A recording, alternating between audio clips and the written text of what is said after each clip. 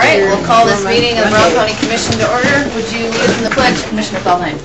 I pledge allegiance to the flag of the United States of America and to the republic for which it stands, one nation under God, indivisible, with liberty and justice for all.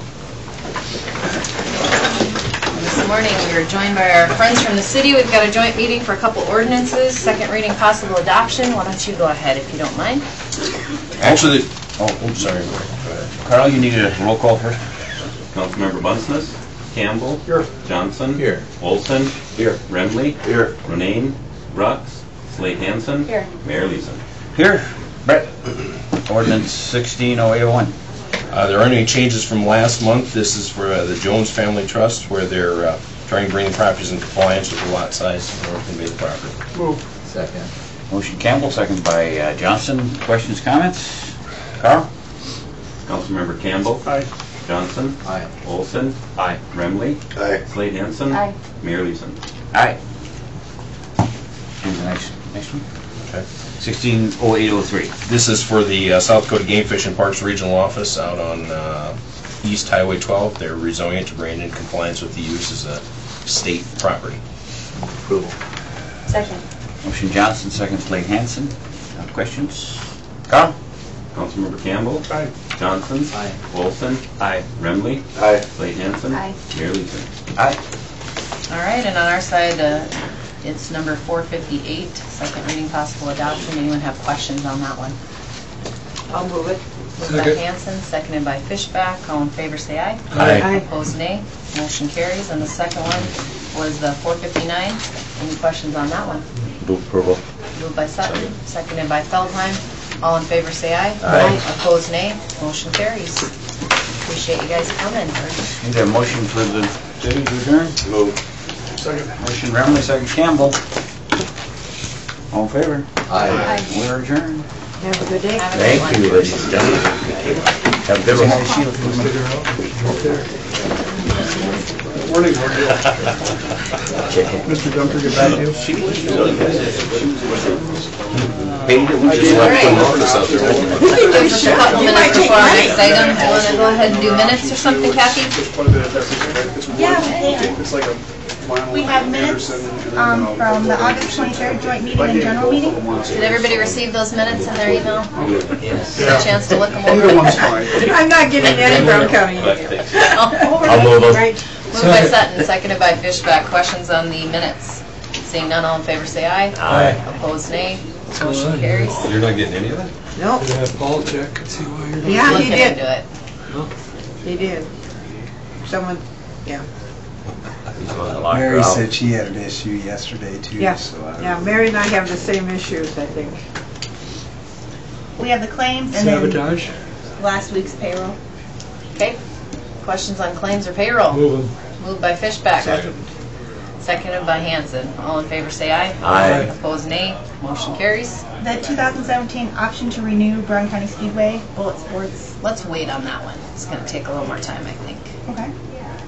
We have the 2017 resolution for the solid waste fees. Move it. Second. Motion by Feldheim, seconded by Sutton. All in favor say aye. Aye. Opposed, nay.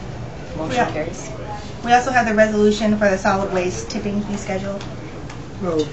Moved by Hanson, Second. seconded by Feldheim. Questions? They're not changing, are they? It just went from 4 to 4.5%. Sales Some tax. sales tax difference, yeah. All right.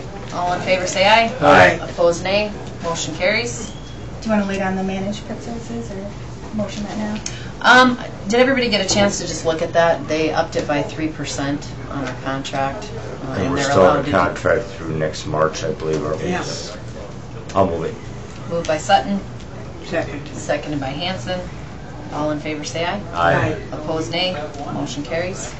We have leases, one for the Celtic Fair and one for the Humane Society. Move. Second. Moved by Feldheim, seconded by Fishback. Any questions on those two leases? All in favor say aye. Aye. Opposed, nay. Motion carries. There's an abatement. Move. Second. Moved by Feldheim, seconded by Sutton. Questions on that one abatement? All in favor say aye. Aye. Opposed, nay. Motion carries. That brings us up to 8:50, we've got Sheila Anderson, our county treasurer, is going to be here.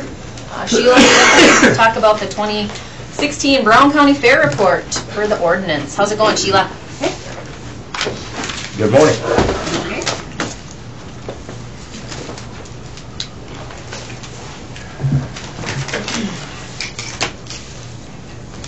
3 or 4 years ago, this body passed an ordinance laying out my responsibilities for the fair. Included in that ordinance was the requirement that I appear before this forum before September 1st annually. In the same ordinance is the phrase, "During Fair Week, the Brown County Treasurer has sole, final, and absolute authority to direct how the provisions of 1663 and the standard policies created under this section will be carried out. During Fair Week, in all things related to fair receipts, money, cash, and other revenue generated at the fairgrounds to which the county is entitled, the fair manager, fair board, and county law enforcement will follow the direction and requests of the treasurer in carrying out the responsibilities identified in this section." As in each of the previous years, I've tried to the best of my ability to sell the tickets and move the people as quickly as possible. After I had a huge backup issue on Monday with people not being able to enter the rodeo until after 8 p.m., I came to you Tuesday morning and told you about the problem. The suggested fix of opening another grandstand window unfortunately did not work. Also, the promise of having someone with a table set up to show people in the waiting line how to buy their tickets on smartphones was not followed through. Representatives from ShowClick said the reason for the delay was that we had not purchased the suggested equipment for ticket printing. The setup had 2 stations attached to one printer, causing delays, and a third printer would barely function. I was out in that line listening to people's frustrations for the second night about not getting admitted. So at shortly before 7, I made the decision to use numbered paper tickets with carbon copies. I even charged the extra $1 for ShowClicks so they would get their money. The reports for every hand-printed ticket sold and the reconciliation for those tickets was delivered to you commissioners as well as the fair manager first thing Wednesday morning. I've been told there was a meeting held at the fair office to discuss my decision about selling tickets, a meeting to which I was not included. One of the workers from the day before was short more than $500, so I had asked the ShowClick reps to get me access to their reports since I was continuing to get error messages. They indicated that per instructions from the fair manager, I had been denied access. Then a little later that morning, I was informed that the Expo ticket office that I had been using would be closed, as well as the grandstand booth, and that all tickets would be sold out of an open-ended trailer placed on the grounds.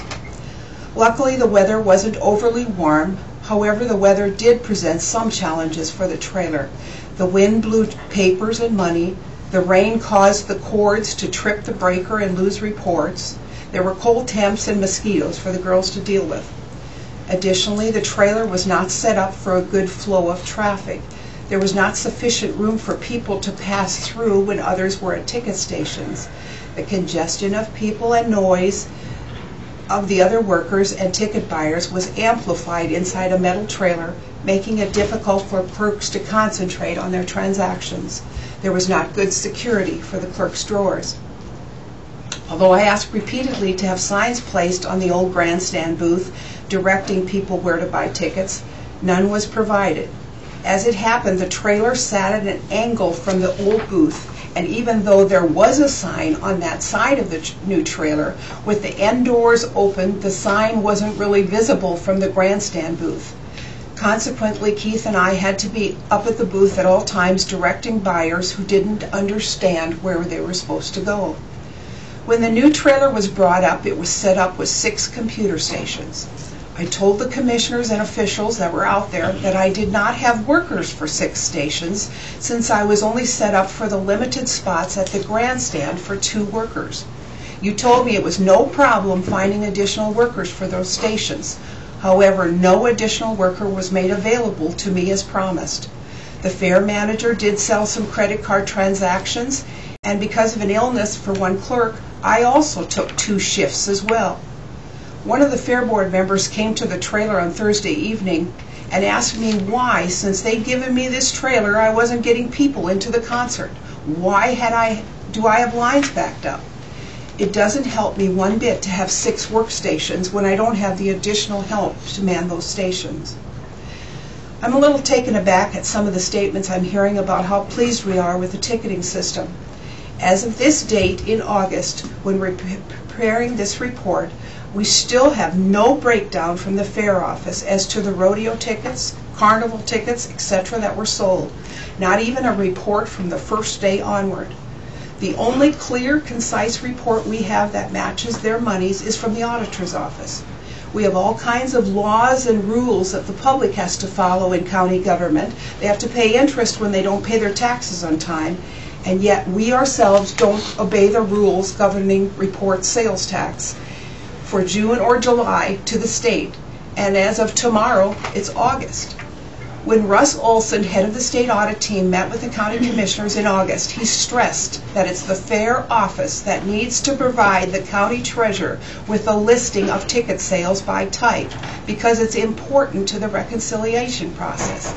A second time, he reiterated to you that the details are needed to adequately reconcile sales. Money flows every day into my account, but I receive no reports from the fair office as to what the monies are for. Every other department in this county turns in money and gives me an accounting of what it's for. The landfill, the register of deeds, the sheriff, any other office. As of now, those monies are just being held in trust until someone provides me an accounting of what those dollars for each deposit are for. It's the same for the week of the fair. As of preparing this report, I have no monies or accountings from any of the outposts selling tickets. A small segment of cash sales was brought in from the Hitchin Post, so I assume the other outposts were selling the same way. If not, we have not been made aware of that fact. I do not have a report of carnival sales. In years past, like last year, we received more than $40,000 in cash from the carnival after it was over. And this year we have not received anything in our office. I stress again that I need reports to be an accounting that matches the money flowing into our account. It doesn't help me to just read numbers. They have to match the money. According to newspapers reports, it's all available on smartphones, so it surely should be easy enough to deliver it to us. Some days at the beginning there were more than 150 refunds for whatever reason. I can't and won't sort through those kind of issues trying to figure out what the correct monies are. I don't have the end of shift reports or audit information for 11 of the shifts during the fair. I can't reconcile the drawers, as well as additional issues with others. I can't determine what the correct reconciliation of those drawers should be. Nancy was even kind enough to come in one day and help me try to sort through to try to get the sales tax report filed. When we tried to get on the system, it said access denied. In order to better serve the public, we have to come to the conclusion that if we want them to attend the events, we have to make the tickets available, and that means selling them at the events. I've stressed over and over again at every presentation I attended that regardless of how tickets are handled at home or in outlets, when the sales happen at the fairgrounds, tickets need to be sold in a matter of seconds, not minutes. I think this fair demonstrated over and over again that despite a good number of fairgoers that buy their tickets online, many, many others want to buy their tickets in person. To achieve that end, I'm asking the Commission in the months ahead to find some kind of facility for us to sell the tickets. That location must be secure and comfortable for the workers. They need to have quiet and efficient workstations that allow them to concentrate on their customers, an environment that keeps the ticket sales moving more quickly and helps the clerks to be more accurate. The booth needs to be air conditioned. Workstations need to be ergonomically correct. I know that there are multiple thought processes out there as to whether or not the clerk should be at one location or rather at both ends of the grandstand and the middle. All I want is a method to get them through the line while keeping my clerks comfortable and safe so that they're willing to keep working. I need to know at least 3 weeks in advance how the stations will be set up so that I can hire sufficient staff and make sure they're trained. There needs to be a practice workstation set up so clerks can become familiar with the programs and reports and what's expected of them, not a few minutes in front of a monitor. Also, before the fair starts, there needs to be some kind of clear written policy as to directing fairgoers to get the services they need. As an example, I drove a fairgoer that was very upset to get their wristband for rides. They went first to the carnival booth with their pre-sold ticket, just like they had every other year. The people at the carnival stand said they had to go to the fair office. The fair office then sent them to the Odie, where we had originally sold them, and then the expo office sent them to our trailer. I finally went in the golf cart and took them to the main carnival booth to get their band. They were not happy customers, and who can blame them if they're trying to take 2 little ones on rides and it ends up being almost an hour of their ride time wasted. If we want people truly to have their needs met, we need to have people familiar with at least the majority of the scenarios that arise. I don't ever hear anyone mention the fact that the Brown County Treasurer's Office quickly and efficiently handles the setup and reconciliation of clerks. The planning that goes in ahead of time to determine the amount of monies and denominations that are needed to make things run smoothly. Afterwards, it's the Treasurer's Office staff that has to get everything receipted in. Money gets counted 3 times, and that's all in addition to their regular duties. I think Doreen, Cindy, Patty, and all the people that handle these issues deserve a pat on the back for a job well done. This concludes my report. Okay. Thank you. Is there any questions for Sheila? I have one. Yes. Based on Eric? your report, is there anything that you saw that went well? Because I hear a lot of negatives, but I don't hear a single positive. Well, I think that it has possibilities, the way the different trailer was set up. It just happened really quickly, and it wasn't planned out well. I did the best I could. You tell me to come here and report to what I experienced. I'm not here to be a cheerleader for the fair or anything. You just told me, they told me in the report that I have to come here and report what I saw. And that's what I'm trying to do. And I appreciate that. I would ask the next question. Have you ever had an unhappy customer come through your line at the Treasurer's? Absolutely, and I deal with them. But I'm the one out there dealing with the lines. I didn't see anybody else working the lines, standing out there taking that abuse. So I'm just presenting Paul wasn't what... in the line? I wasn't in the ticket booth working with you? No, I didn't say that. I said you worked at a shift. Okay, guys. Would you forward us your comments, Sheila? Because there's definitely things in there we're going to address for next year. I appreciate you coming in and the detail that you give us, because that'll be helpful for next year as we grow the program.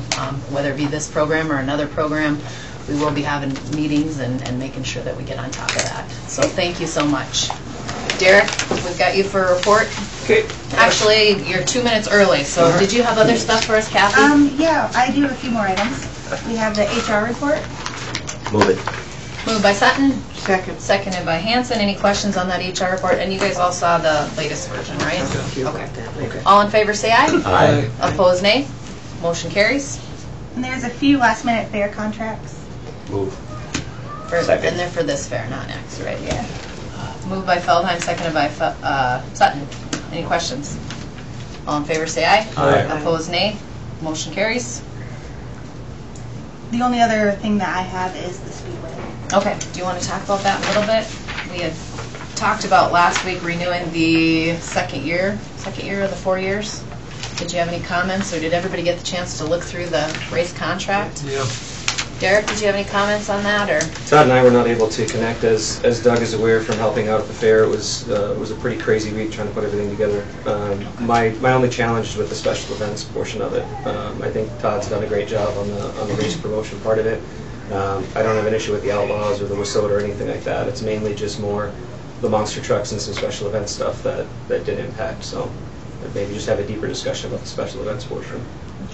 And all that has to be approved by this body anyway, so if we leave that part of the language, if we realize that it's going to mess with fair schedule, we can have that conversation at that point.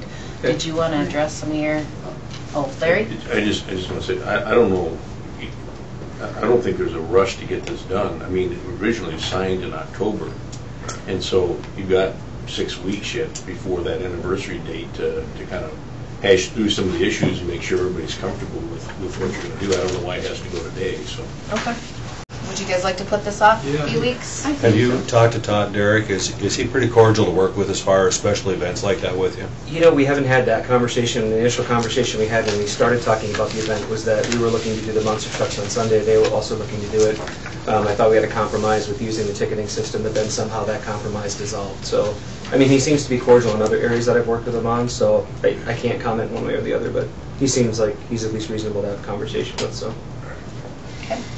Well, let's do that then. We'll just take it. You don't have to put it on next week. We'll just move to table it, or how do we have to? Well, I think we can discuss it probably. If it's a contract, can we discuss anything? If you want to discuss strategies for changing the contract, I think that is executive That's what I was wondering. session material. If you just want to talk in general about how the contract's been going and that sort of thing, that's just probably common conversation.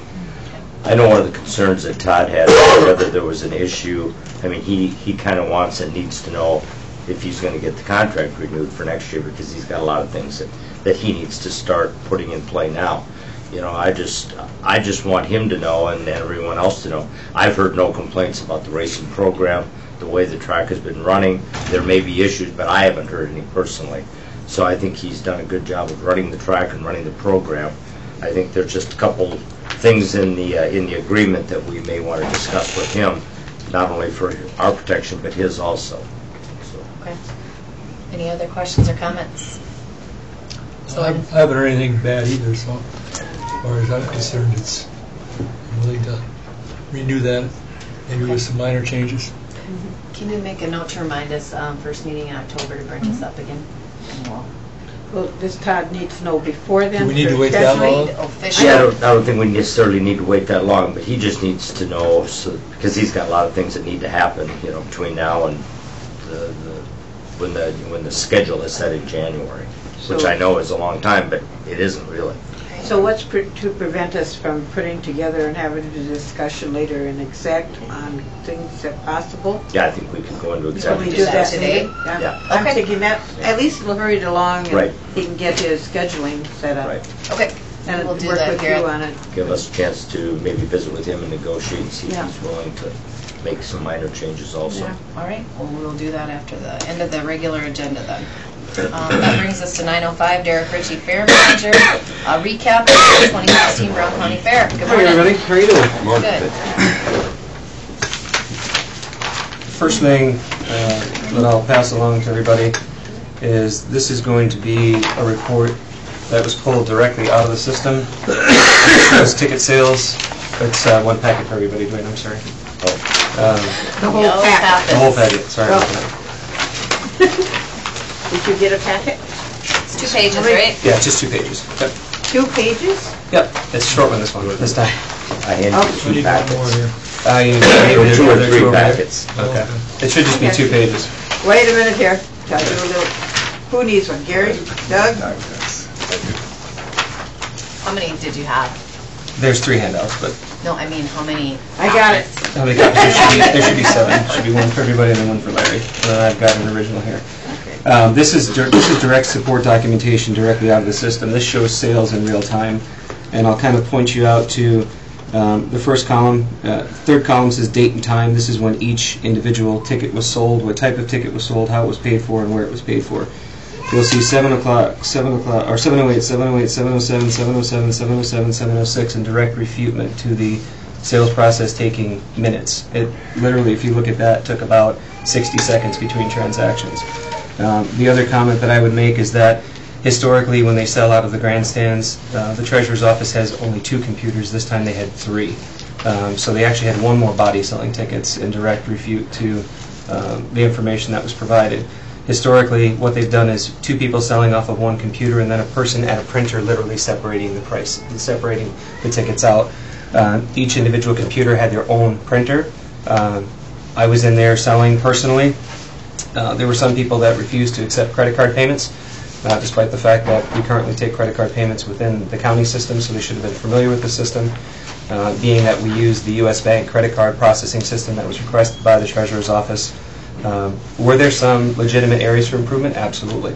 It took us 2 minutes to shift inventory from children to adults, which we should probably get that a little bit faster to 1 minute, but not nearly the 7 to 10 minutes as reported. Were there some challenges with scanning on one of the days? Yes, there was. We became aware of an issue that took about 7 minutes to recalculate. But my question would be is that when you show up to an event at 7 o'clock and the doors open at 7 o'clock, I don't think it's too much to ask to wait in line for 7 to 10 minutes. There was a legitimate bottleneck at the grandstand, but that's due to people's choice, to come to the event, 15 to 20 minutes before. The other thing that I would say is that there was an executive decision made to continue to sell tickets beyond the normal time. Normally we've shut down at about 8:30. Given that, we were able to realize approximately about $10,800 in additional revenue by being able to sell between 8:30 and when the last person bought. As crazy as it sounds, we actually had people buying up till about a half an hour before the second act went off stage. I don't think it's necessarily an arbitrary decision that we should make to define to a customer when they can't purchase something. Sometimes you do have to react on the fly, as Nancy is aware, being on the fair board in the past, that things don't always go to plan. You plan for 95% and the other 5% is kind of trial by fire. I think that the people that did work in the office did an admirable job. I would also like to bring to the Commission's attention there was a meeting that was held regarding the arbitrary decision that was made to go to paper tickets on Tuesday, despite the fact that the treasurer and I had the conversation on Monday that is expressly not going to happen. She did come in off the agenda last week, and I feel did not give you the complete story of what actually transpired, so I understand why you supported her decision, but I don't think you were given all the facts. Would it surprise people to know that we had 2,600 sales, about 2,578 to be exact, on Monday and about 3,058 on Tuesday? And that's not counting the paper tickets, which, as Russ stated, to call back to the state audit from last year, said that every ticket has to be entered into the system. So my question would be, where have those tickets been entered into the system? Because she's absolutely right, I did shut down reporting access because she failed to use it. So she asked for it, we kind of structured it the way that the treasurer's office asked for it, and then when there was a failure to use it, it didn't seem that there was a benefit to continue to allow access. But as you can see, these reports are pretty detailed. Here is another copy that I'll pass out to you, which outlines the exact timeline of the ticket change that we talked about. One of the flexibilities of the program is we can change ticket inventories from child to adult. For most family events, it's hard to pinpoint with exact accuracy how many children and how many adult tickets you're going to sell. It literally took a minute and a half to make the change from when the Showclix representative logged in to when it was actually done. The first page is the email from the Showclix representative, and then the second one is the report taken exactly very similar to this, which shows the timeline of when she logged in under my login at 6:45 to when the first ticket was sold. And if we look on page 2, she went in at 6:45, and it's almost immediate at that point. There's another sale processed at 6:45. Doesn't show the exact seconds, but I think you can see 6:44 to 6:45, next sales process at 6:46. It was a pretty quick change. So while there were some challenges, I think that they've been grossly exaggerated, but there is room for improvement on anything. No system is perfect, and no person is perfect. Question. So other than how many do we estimate were carbon copy tickets? 100? We have no idea. Okay. Other than that section of tickets that we do have carbon copies for that can be put in after the fact, are you confident that these numbers, there's no way to you have it down to the penny. Here's the event audit for the entire fair, broken down by event, and then the very last section is the grand total. It shows ticket sales, it shows price levels, it shows discounts, it shows refunds, and at any point in process, when a refund was done, it had to be documented and it had to be edited in with a comment as to why the refund was done. So from an audit trail perspective, there's nothing that was done in the system, with the exception of the roughly 1,400 names not provided that we can't account for. But even then, we know where they bought it and how they paid for it. So the 1,400 names not accounted for, which? There were 1,400 tickets that people did not put names in for. So. As to who purchased it. Right. So the only challenge that becomes there is that if they lost them, we didn't have the ability to reprint them because there was no way of proving who actually bought them. But the overwhelming majority of the people supplied their names, and at the very least, there was an email or a phone number. So we had a couple of issues that we could resolve because of the names and photo IDs. So going forward, we should get the 100, 200, whatever it is, tickets put in here? We should, but my question would be if the numbers don't match, which system are we going to blame, the paper system or the physical system? So we need to make sure those are reconciled and then put it in it so that ShowClicks is made complete with what we owe them. Well, and to be fair, they actually gave us an out that I was not aware of till about 10 o'clock on Monday night. Or most contracts that you sign to this agreement, you'd be in breach if you did something like that. But I talked to the COO pretty late, and he pointed me to the language in the contract where he gave us that out based on some of the challenges we had in the past. So luckily, we're not in any sort of a legal issue with them, but it's more of an integrity issue, I would say. And I mean, the ordinance is pretty clear as far as what the roles are, as far as who controls the ticket sales process and who controls the money. So we'll have to discuss that at a later date. Other questions for Derek? We have a list of, we haven't got our list yet of the promo tickets. Have you? We can run that out of the system. One of the things that we've done in the past is that the promo list that was presented, there were all of these passes kind of on the side that never hit the promo list. So this year what we did is we ran every single comp ticket and promo ticket through the system. So we'll know names and what they were exchanged what they were for, what it was exchanged for, how many tickets, and we'll even know which ones were redeemed because I've gone back and voided the ones that were given back to us that were not used. And you can see in the system if they were scanned. And you will give that to us? I will forward that to you, yes. Thank you. We tripped over a bunch of tickets as we were going through this process that there was no record or documentation for, so we started the documentation process for them. Have we not gotten the money yet from the places that sold those tickets? We're going to be auditing them this week. Yep. We have to. Typically, in the past, Kessler's and Kent's has written a check for all the tickets that they've sold. They use a hotkey system, so everything runs through their registers. But we're going to compare that against what our reports say because no ticket can be generated until it's actually in the system. Yeah. And the day that I was visiting with Sheila, she was right there. We couldn't get in to look at the program. I just had some printout. Sure. We had the number of tickets, but for her as a treasurer, everything has to be signed to an account. I mean, she can't take money and pay sales tax out of our budget, even though she has money from whatever's in there. Agreed. And so that's where I was thinking that she had a difficulty. She might have 43 rodeo tickets at so much, but then 43 rodeo tickets as part of the whole package, or there were so many different ways that they could be priced, and she needed to know which went where to get the money. That's fair. What I'll have you do is look at the event audit report on page 1. You'll see that each individual event has its own breakdown, and then it's compiled at the end. Okay. So you actually have a separate night for Monday night, and you actually have a separate night for Tuesday night, and that was done by design. Okay. Any packages that got sold for the rodeo, each of those tickets were still left as individuals. So all we had to do is look at Monday night and Tuesday night sales. Okay. So as we carry across, we'll look at Monday night. On the first line it says Monday adult. Actually, we'll go down to Monday adult, $10, 3 lines down. It shows you the number, it shows you how many, it shows you discounts. As you go over, it even breaks down. Brown County Fair is dictated as credit card because we used our own credit card provider. If we had used theirs, that would say credit card.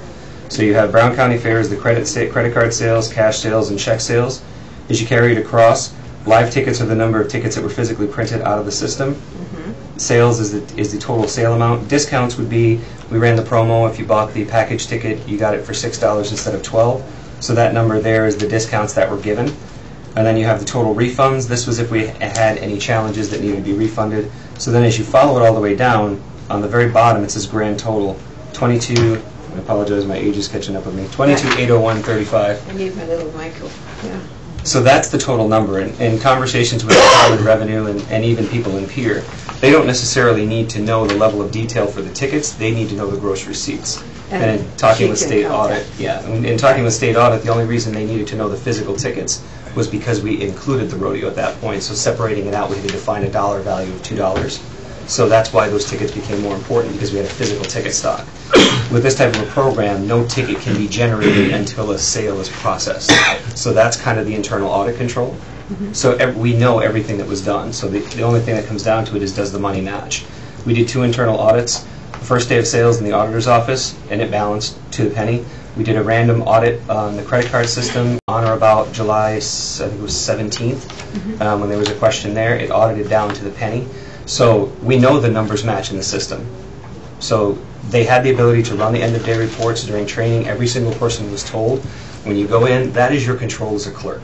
Okay. It's not to say that your manager is going to do anything nefarious or take money or anything like that, but if I'm working in cash drawer and I don't get to run an end-of-day report, I'm probably not going to sell for you. And it was a very simple process. You go to the little gear, you hit it, it says end-of-day report, you print it out, and it shows your entire day's process. Okay. So it was a willful refusal not to use it. There was also a willful refusal not to clock in under the Sundial program that I think we'll need to talk about as well. But I don't want to necessarily get into this push-pull. I think what it comes down to is everybody has defined responsibilities, and we were not perfect in our execution. I will not say that we were. We have some areas to improve there. But I would also say that when you say that there's no room for improvement on your side, that gives me pause. I have only one more question. Sure. We talked about those printed tickets that Sheila and Max said they printed out at our last week's meeting. That I was unaware of until it happened on Tuesday night. Yeah. But so are they in those tickets in here? So then until we know the count of those printed tickets, how can we file an accurate sales tax report? You can't. And that would be on. I would put that back on the treasurer for making the arbitrary decision. And that's what I was wondering, because you had said earlier that they weren't in here. That only affects the August sales tax, which is technically not due till September. She was given reports, and I will forward the email on to you, even to the point where I put an Excel spreadsheet together to process and tell exactly what the sales tax was that was due. At that point, had she filed the sales tax at that point with the numbers that came out of the system, we would have had about a $28 impact, I think, on interest. So it became more about not getting it in the way that it was desired. But then again, that's going back to she needed to know all the tickets and have some money from that in the account, and Kessler's, and she didn't have all the money because the outline ones didn't give her the. Right, but we had a tremendous amount in the account from auditor sales and things like that. So there was absolutely money in the account to pay the sales tax. Absolutely, there was. Okay. Because every credit card transaction immediately passed through to our bank account. It did not sit in the ShowClicks account. It did not sit in an authorized.net account. We got it within 24 hours. And there's a detailed summary of each transaction that came through on the credit card side. I'm more concerned with the paper account, the paper tickets not being there so we can have an accurate one. So. And the ordinance is very clear in subset K. It says exactly what the responsibilities are, and the ticket sales process falls under the managers. Her responsibility is for the processing of the accounting and the financing. So. Okay, any other questions for Derek? Well, I think maybe later today or tomorrow we need to get together. You and Sheila and Barry, you could organize a meeting so we can sit down and figure out how to get the last of the tickets. So other than those ones that were Tuesday, that $698,312 is what the total ticket sales? That's before discounts and refunds. So yes, the net number is 698. Oh, it is 98. Sorry, you're right. 698,312. Well, but that also counts fees too as well. So if you're looking at straight sales, it's 661,066, and then the fees make up the balance. Gotcha. Not including the paper ones. Not including the paper ones. So once we get those, then we'll have a. Do you know how many paper ones? About? I have no idea. No idea. Well, they say they printed 1,000 of them. I've not seen a report on that, so. I think that's what we were told. Why don't you see if we can't get later this afternoon meeting set up? Sure. Any other questions for Derek? All right, watch your email. We'll try to get something together. And I'll forward you over the email on the sales section. And the promos. Just for a quick exec with Derek on personnel. Okay, sure. Is there a motion? Move it. Moved by Sutton, seconded by Hanson. All in favor, say aye. Aye. Nay. Motion carries. Excuse me.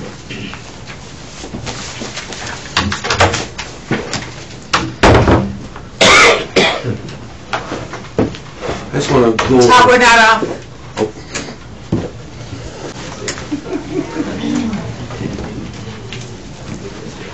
We did learn that rain is not always a good thing, so that's one thing I did learn. I've never seen so much mud on a floor before. All right, we will be out of exec, and there is no action as a result. No. I have to apologize to you guys. That email not there. was in my drafts, and I we were super busy at the office, No problem. and there was just two of us. Just send it out to us. That's Yeah, okay. I'll send it to you guys, but. Sounds Thank good. you. It happens. problem. Thank you. Sarah. Okay, any other questions for Derek on sales recap?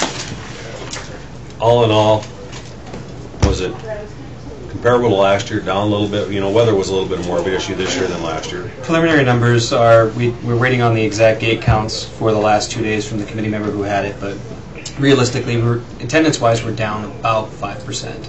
I'll know the exact number here when we meet with Jerry when he gets back from vacation, but I mean, all in all, considering the rain and the weather, I mean, that's not as bad as it should have been, to be honest.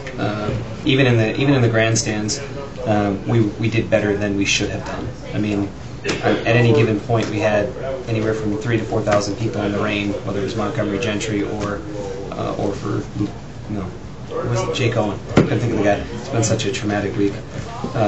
It was kind of surprising to see how many people came out, given how crappy the weather was. A lot of people said they'd rather put up the rain than the heat, though, that we had last year. Absolutely. Board did well. I mean, phenomenally, actually. I mean, running again with 18.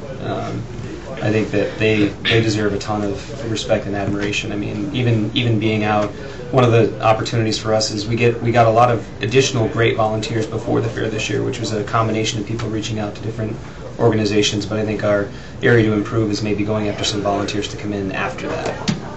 And as Doug and Rachel and I think Dwayne saw as well, there's a lot to put away. So you don't realize it until you get it all put together. So. Well, I just want to publicly thank the Fair Board and the Friends of the Fair and the hundreds of volunteers that make this the best fair in South Dakota. So we couldn't do it without them. Sounds I good. think we all feel that way.